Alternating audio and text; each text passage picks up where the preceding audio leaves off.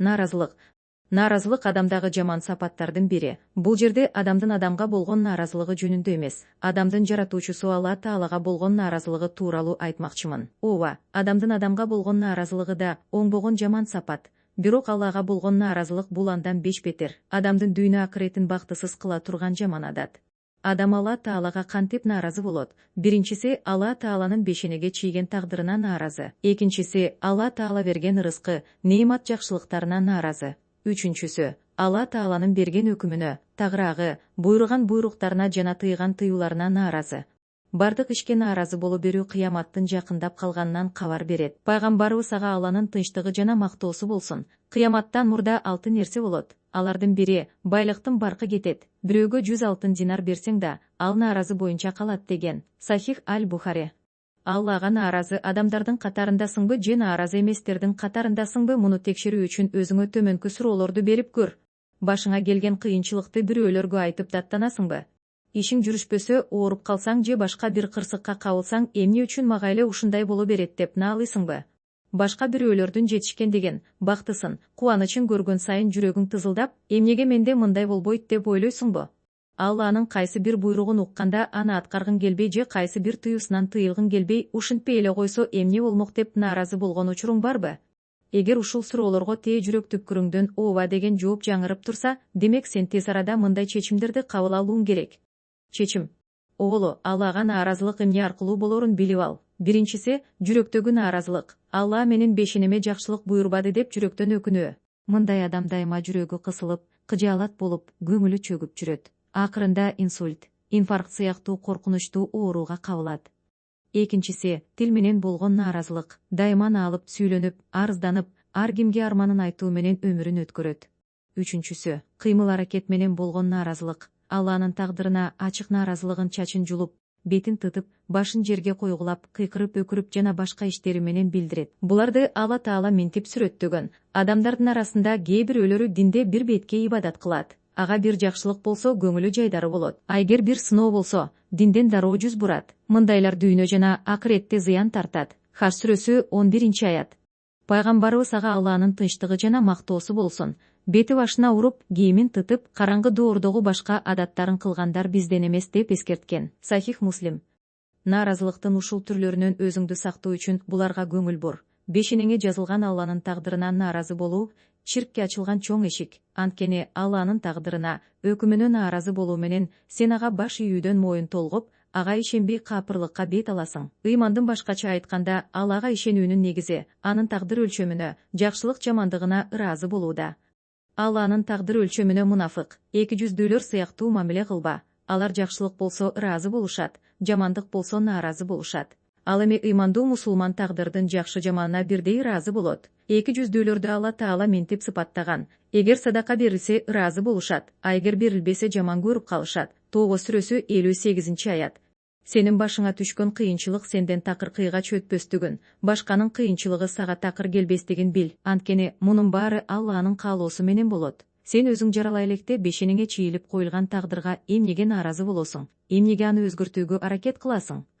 Башыңа түшкөн түйшүктүн ар биринин артында катылган Алланын даанышмандыгы бар. Бирок сен аны билбейсиң. Ошон үчүн сен жамандык, кыйынчылык, бале деп эсептегендин баары сен үчүн жакшылык. Жумушка жөнөп жатып көйнөгүңө кофе төгүп алдың дейле. Бул сага жаман сезилет. Анткени көйнөктү жаңы эле үтүктөп кийгенсиң. Эми аны чечип, башкасын кийгенче убакыт кетет. Жумуштан кечигесиң. Жетекчиңден сөз угасың. Балким айлыгыңдан кыркып калышы да мүмкүн. Мунун баары сага жамандык. Көйнөгүңдү алмаштырып, чуркап чыгып, автобуска отурасың. Улам-улам саатыңды карайсың. Мындайда автобуста ташбакадай эле жылып калат. Жолдун тыгынын кара. Аңгыча жолдун так ортосунда кырсыкка учураган башка автобусту көрөсүң. Тез жардам унаасына андагы жүргүнчүлөрдү көтөрүп салып ооруканага жиберип жатышат. Жол ошого тыгын экен. Сен бул жерден батыраак өтүп жумушка жетсем деп шашасың. Бирок эгер көйнөгүңө кофе төгүлбөгөндө, анда жанагы каны куюлуп тез жардамга жүктөлүп жаткан жүргүнчүлөрдүн бири сен өзүң болуп калууң түк оюңа келбейт. Мына ушундай, сен жамандык деп ойлогон ар бир нерсенин артында жакшылык катылган. Алланын тагдырына жана өкүмдөрүнө кылдат мамиле кылуу керек. Болбосо ага нааразы болуу менен болор болбос жакшы иш амалдарыңдан да кол жуйсуң. Нааразылык жакшы иштерди жок кылат. Алла Таала минтип айткан. Мунун себеби алар алгыга түшүргөндө, Куранды жаман көрүштү. анан алардын амалдарын текке кетирди. Мухаммад сүрөсү 9-аят. Алланын тандоосу, Алланын ыктыяры сенин тандооңо, ыктыярыңа караганда ары жакшы, ары пайдалуу. Алланын тандоосуна эч нааразы болбо, ага ыраазы бол. Ошондо токпейил болосуң. Пайгамбарыбыз ага Алланын тынчтыгы жана мактоосу болсун. Алланын бөлүштүрүүсүнө ыраазы болсоң, адамдардын бай болосуң деген. Сунан ат-Тирмизи. Аллага нааразы болуп, иблистин жолун жолдогон шакирти болбо. Аламдагы эң алгачкы күнөө жана баш ийби капырлык кылуу дал ушул Алланын өкүмүнө нааразы болуудан улам болгон. Алла Таала адамга сашта кылууга буйруганда ага нааразы болгон иблис баш тартып, шайтан атка конуп, кыяматка чейин каргышка калган. Алла Таала башыңа кыйынчылык салып, сени кыйнайын же жок кылайын деген жок. Ал сенин сабырыңды көрүп, сени сынап, күнөө катадан тазалайын деди. Ушуну туура түшүн. Алла Тааланын тагдыр өкүмдөрүнө нааразы болуп, шайтаныңды семиртпе, душманыңды кубантпа, жаратуучуңду ачууландырба. Тагдырдын жакшы жаманын, өкүмдүн оор жеңилин кубануу менен кабыл ал. Ыраазы болуп аткар, сооп сыйга ээ болосуң. Жараткан ыраазы болот, көңүлүң тынчтанат, жашооң бейпил болот. Алла Тааланын кулу, пендеси экениңди унутпа. Эгер ал жакшылык берсе, ага шүгүр де. Эгер жамандык берсе, ага ыраазы бол, сабыр кыл, сооп тиле. Ал сенин жаратуучуң, сага эмне пайдалуу, эмне пайдасыз экенин сенден жакшы билет. Жыргалга шүгүр, кууралга сабыр кыла алсаң, сага сүйүнүчтүү кабарым бар. Сен чыныгы ыймандуусуң жана эки учурда тең сооп сыйың артып, даражаң көтөрүлүп жатат. Пайгамбарыбыз ага Алланын тынчтыгы жана мактоосу болсун ментип сүйүнчүлөгөн. Ыймандуу адамдын ишине таң каласың. Анын ар бир ишинде жакшылык бар. Мындай нерсе ыймандуулардан башкаларда кезикпейт. Жакшылыкка туш болсо шүгүр кылат, ушунусуна сооп алат. Жамандыкка туш болсо сабыр кылат, мунусуна да сооп алат. Сахих Муслим. Башыңа кыйынчылык түшкөндө айланаңа кара. Эгер сенин көйгөйүңдөн чоң көйгөй бар адамды таппасаң, тагдырыңа нааразы болуп, кайгыра бер. Башкалардын көйгөй, мүшкүлүнүн жанында сенин көйгөйүң түккө турбаганын көрөсүң.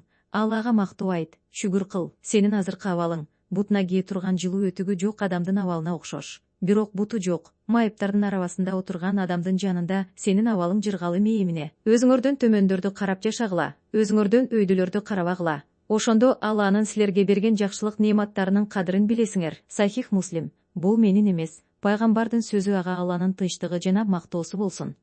Оорулуу адамдарынын ачуу экенине карабай ыраазы болуп ичет. Ыймандуу адам орозо кармоо кыйын экенине карабай ыраазы болуп кармайт. Экөө тең кыйынчылыктын артында жакшылык бар экенин билгени үчүн ушинтет. Кандай кыйынчылык болсо да ага ыраазы бол.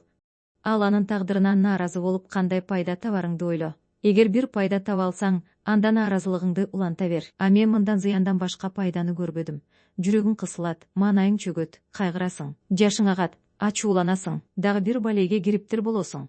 Өмүрүң ушинтип өтөт. Акыретте мунун жазасын аласың. Сыноо канча оор болсо, сый ошончолук чоң болот. Бул Аллахтын мыйзамы. Пайгамбарыбыз ага Алланын тынчтыгы жана мактоосу болсун айткан. Сыйлыктын көлөмү сыноонун чоңдугуна жараша. Алла Таала кимди жакшы көрсө, аны сынайт. Анын сыноосуна ыраазы болгондорго ыраазы болот, нааразы болгондорго нааразы болот. Сахих Ибн Мажа. Башыңа кыйынчылык келгенде, мен эле ушинтип кыйнала береминби деп наалганда мурда Аллахтын эң сүйүктүү пенделери болгон пайгамбарлардын жашоосуна бир кара. 80 жыл денесин курт жеген айып пайгамбарды көрөсүң. Жерди төшөнүп, асманды жамынып жашаган, колунда аса таягынан башка дүйнөсү жок Иса пайгамбарды көрөсүң. Көзүнүн тирүүсүндө бойго жеткен, турмушка чыккан 4 кызынын өлүмүн, көзгө сүйкүмдүү наристе кезинде кеткен 3 уулунун өлүмүн көргөн, бетине камыш төшөктүн изи түшүп, курсагы арпананга кенен тойбой өтүп кеткен Мухаммад пайгамбарды көрөсүң. Мына ушул кишилерди Алла Таала эң сүйүктүү, эң жакын адамдарым деген эле го. Анан сен эмнеге кайгырасың? Тагдырдын жакшысы да, жаманы да Алла чийген чийинден чыкпастыгын бил жана ишен. Эч качан өткөн ишке өкүнбө. Шайтанга жем болосуң. Пайгамбарыбыз ага Алланын тынчтыгы жана мактоосу болсун мындай деп үйрөткөн. Жамандыкка кабылсаң, эгер мындай кылганымда тигиндей болмок дебеген. Анын ордуна Алланын тагдыры, ал каалаганын аткарды деп айт. Болбосо шайтандын ишине эшик ачасың. Сахих Муслим. Баскан турган жеринде розиту биллахи раббан, ва бил ислами динан, ва би Мухаммадин набиян деп кайталап жана жүрөгүң менен Алланын Рабби болгонуна, исламдын дин болгонуна, Мухаммаддын пайгамбар болгонуна ыраазымын деп тастыкта. Алланын Рабби экенине, исламдын дин экенине жана Мухаммаддын пайгамбар экенине ыраазы болгон адам ыймандын даамын татат деген пайгамбарыбыз ага Алланын тынчтыгы жана мактоосу болсун. Сахих Муслим. Башка хадисте, ким Алланын Рабби экенине, исламдын дин экенине жана Мухаммаддын пайгамбар экенине ыраазымын десе, анын бейишке кирүүсү милдеттүү деген Сахих Ибн Хаббан. 2. Айт күнү.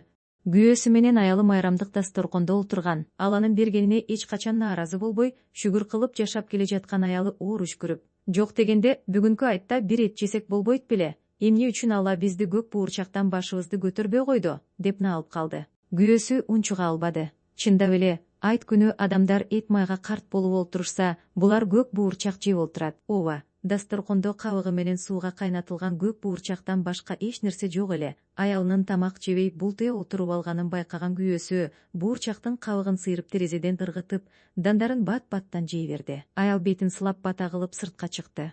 Үйүнүн арт тарабында кимдир бирөөнүн гүр-шыбыр болуп жатканын кулагы чалып, акырын басып ошол тарапка өттү. Өттү да бир азга таңданып туруп калды. Бир байкуш кедей терезенин тушунда туруп алып, ичкериден күйөөсү ыргыткан буурчактын кабыктарын терип жеп жаткан экен. Ар бир кабык түшкөн сайын аны жакшы арчып оозуна салып, анан «О жараткан Алла, бүгүн мага ушундай кенен ырыскы бергениңе шүгүр» деп күбөрөнүп жатты. Аялдын дене бою чымырай түштү. Азыр эле күйөөсүнө нааразылана көк буурчакты жебей чыгып кеткени үчүн өзүн күнөөлүү сезди. Көзүнө жаш тегеренди. Тегинин жанына келип, «Үйгө кирип тамактанып алыңыз» деди акырын. «Рахмат айым», деди теги кетүүгө шашылып. «Мен өз ырыскымды жеп болдум». Ыраазылыгын билдиргенче шашмалап кетип бара жаткан кембагалды аябай караган аял күбөрөнө Аллага шүгүр кылды.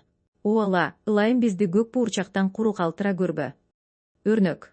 Макаис аль-Лугат китебинен жана башка көптөгөн китептердин автору тилчи жана адабиятчы Ибн Фарис кара нан жана кара суу менен күн көрчү экен. Ушул жашооңо ыраазысыңбы деп сурагандарга ал: «Көлөкө суу кара нан, мага берген жараткан. Жакпаймын го Кудайга, жакырмын деп даттансам» деп жооп берчү экен. Алла Таала адилеттүү. Ал кубаныч жана ырахатты ишенимге жана ыраазылыкка байлаган. Ал эми кайгы жана кыжалаттыкты күмөн саноого жана нааразылыкка байлаган. Абдуллах ибн Масуд.